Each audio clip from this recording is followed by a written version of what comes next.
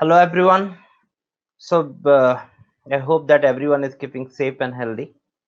We're starting with our first course on the deep learning, and we'll be using Python as the platform to do all the live sessions and all the labs. If you see, we have segregated the whole deep learning into a couple of different parts. So, we'll start with an introduction that will cover the important part of deep learning, going from little bit on, we'll go into first into the history of what is machine learning. We'll understand little bit on the supervised unsupervised learning, right? And then again we'll do some deep dive into the ENN architecture, which is based on, right, how from the logistic regression